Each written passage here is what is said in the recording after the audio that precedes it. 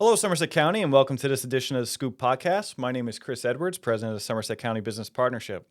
Before we get to today's guest, I want to thank three organizations that help support the launch of the podcast. And as we head into season 2, I want to let our members out there know if they're interested in using the podcast studio for their own video, whether it's their own video for their website, a podcast, or if you're just looking to get your name out there and brand out through our podcast. We are looking for sponsors for 2026, just like our three sponsors here, which are the County of Somerset, Unity Bank, and Techie Geek. I want to thank so much for their support, and you'll hear from Techie Geek here in a little bit. But today's what I'm calling a special episode is we have what I call our MVN, and that's probably an acronym I've only used for myself here. But he is our most valuable networker here in the partnership, Mr. Thomas Casey.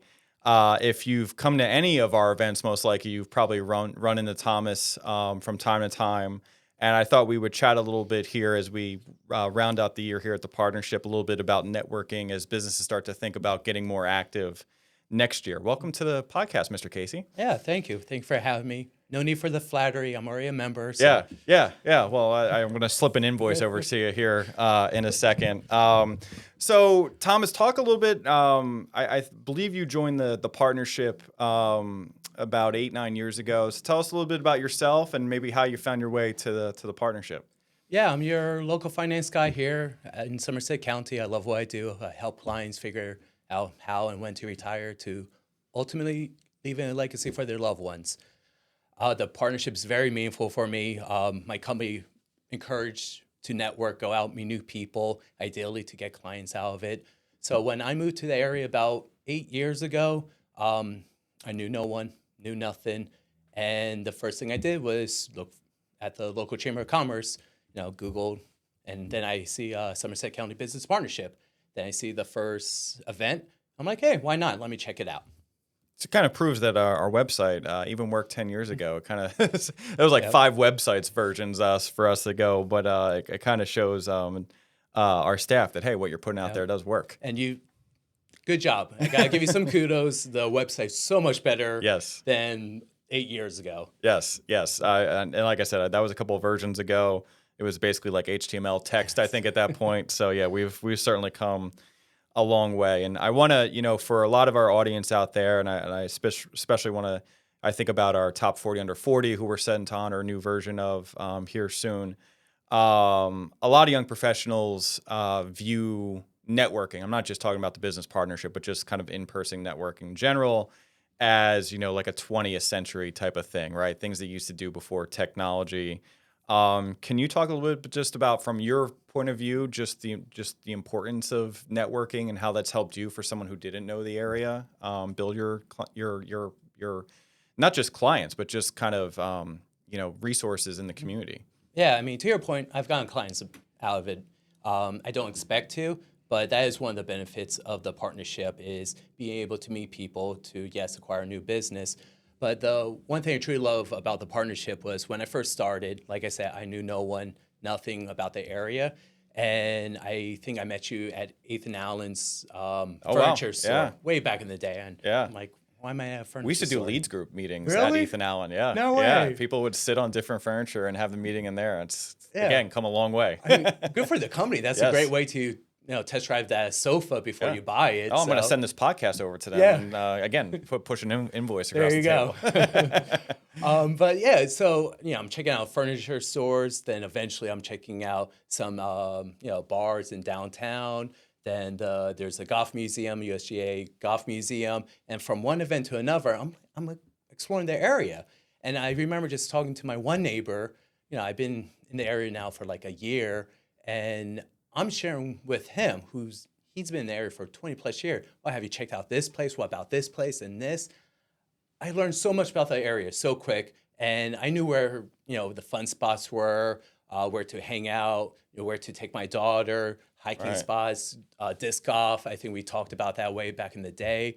And that's the beautiful thing about the partnership is, yes, you're going to meet friends, clients, and everything, but you already explore Somerset County. So really, anyone that's new to the area and have a business mindset, I'll say that, should really check out the partnership because you get to explore the area and to see what, why Somerset County is, vibrant and everyone's kind of flocking here to build families. Yeah, and I'm like you. I came. This was 12, 13 years ago, but I moved from another part of New Jersey up to this area, and I was at my previous job a part of several chambers down in Ocean County, and a lot of them, the events were at bank lobbies. Maybe it was at the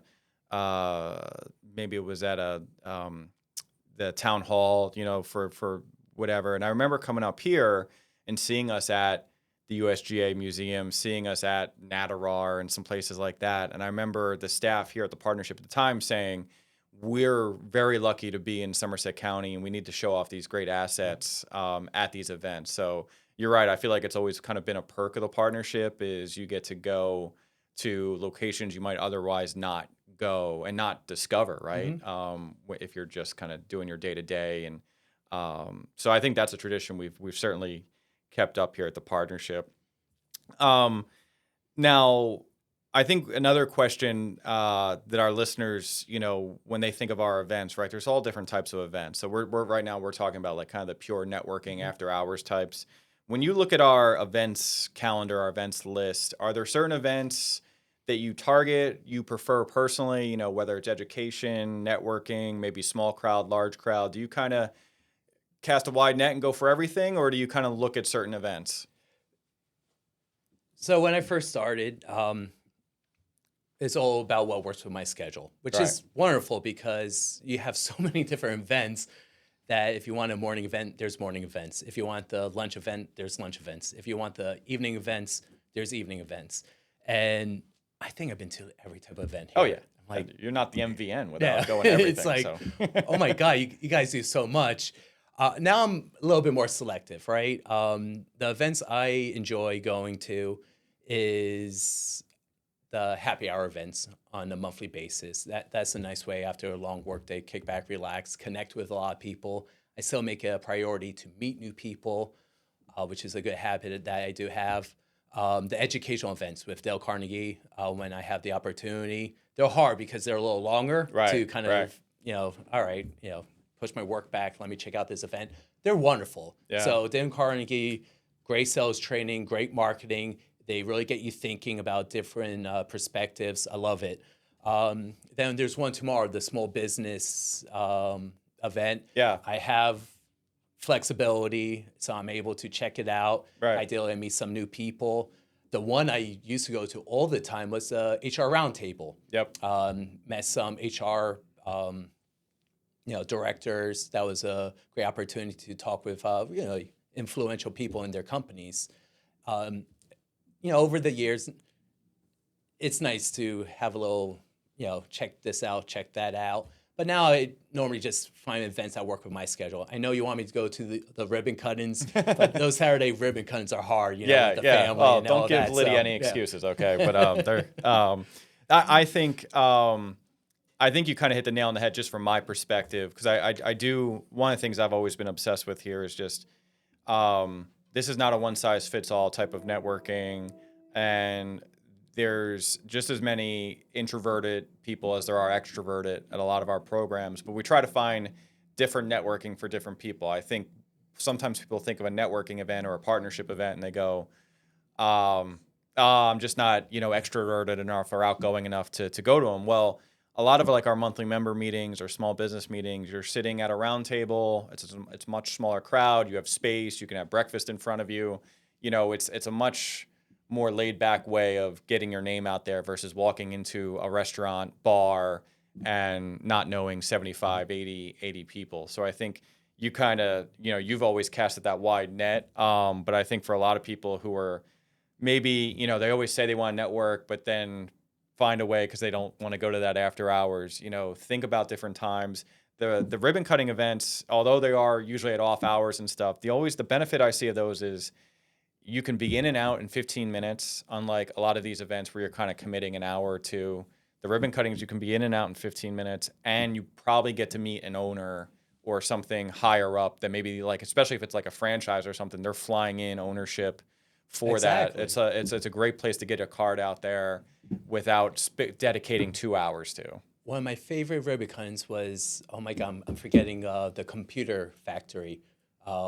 Where Main gear? Main Gear. Yeah, Oh, and Warren. oh my Yes. God, that was wonderful. And it Yeah. was pretty cool. I'm not a tech guy. Yeah. I'm not a computer guy, but to see how they manufactured the computers. Yeah, gaming and computers. Yep. the product they were producing. And I met the CEO, I met a few of the other people there. I mean, it was a wonderful experience just to take a tour of their factory, a state-of-the-art factory. Yep. and Something you just- would see in Silicon Valley, right? exactly. And just like, wow, this is here? Yeah. Yeah. That's the beauty. That's the beauty of it too, is you get to do, again, like you get to go to places you typically otherwise wouldn't go.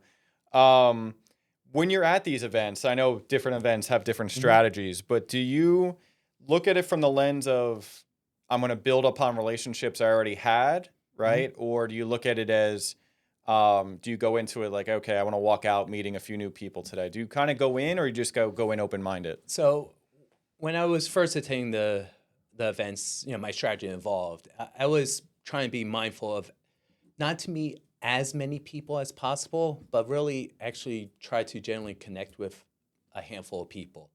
And sometimes I might have only, talked to 2 or 3 people, but if there was a good quality connection, that's a win, Yep. in my view. But I always, made a point to meet 5 people. I used to see who was on the guest list and like, oh, that person is a senior vice president for that company. I would like to talk to him, be a little more strategic.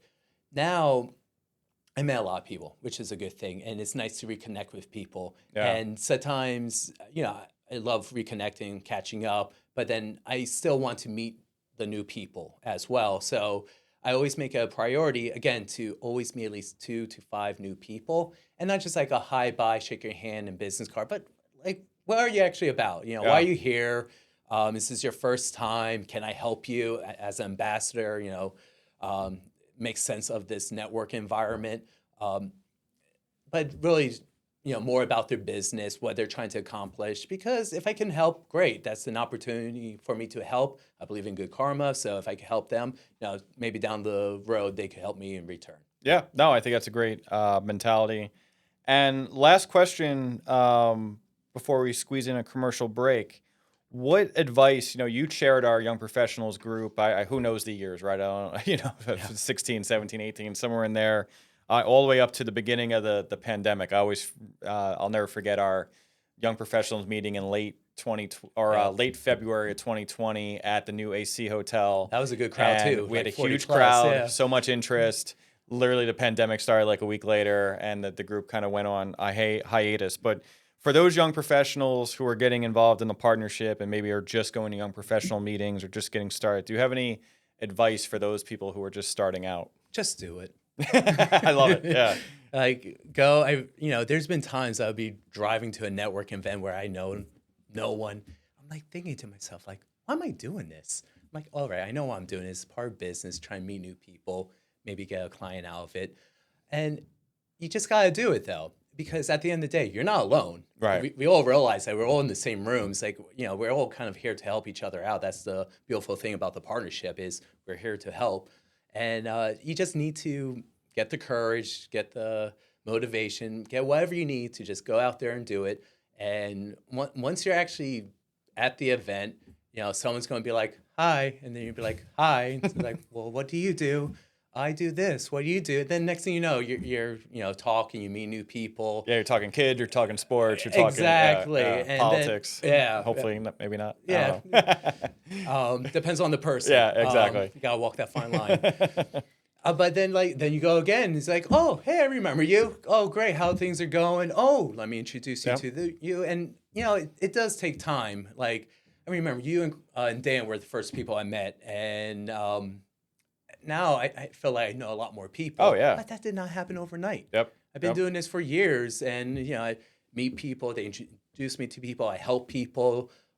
They help me in return, and slowly, your network builds. You meet a lot more people.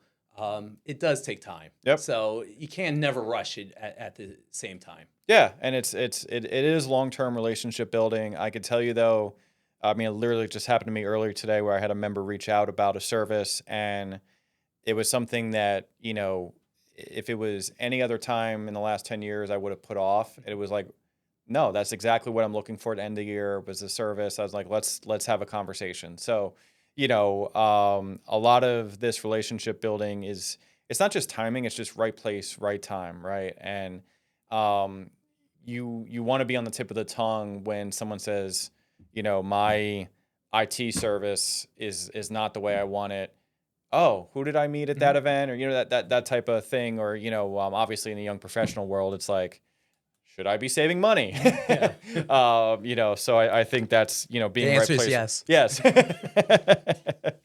So, one little commercial here for our friends at Techie Geek, who are the sponsors of this podcast. They are your trusted IT superheroes. They specialize in keeping businesses connected, secure, and thriving. From advanced cybersecurity to seamless cloud solutions, Techie Geek has you covered. Visit techiegeek.com or check them out on socials at Techie Geek to see how they can power your business forward.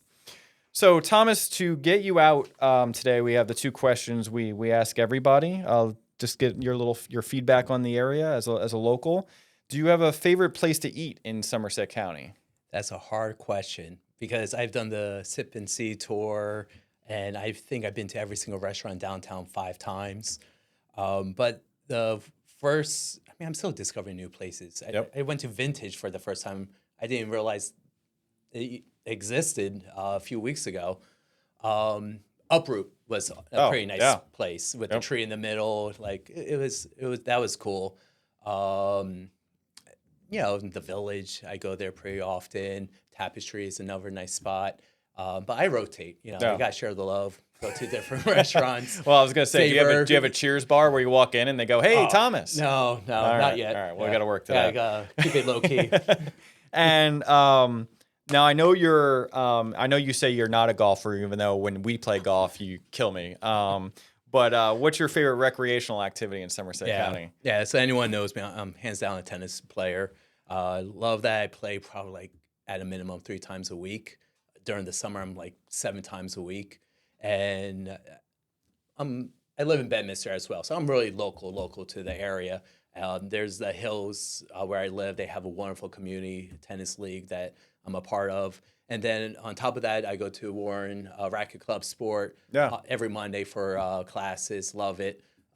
So look, anyone wants to play tennis, open challenge. There you go. I'm here.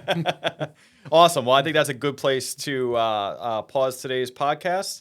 Thank you so much for tuning in, Somerset County, until we upload again.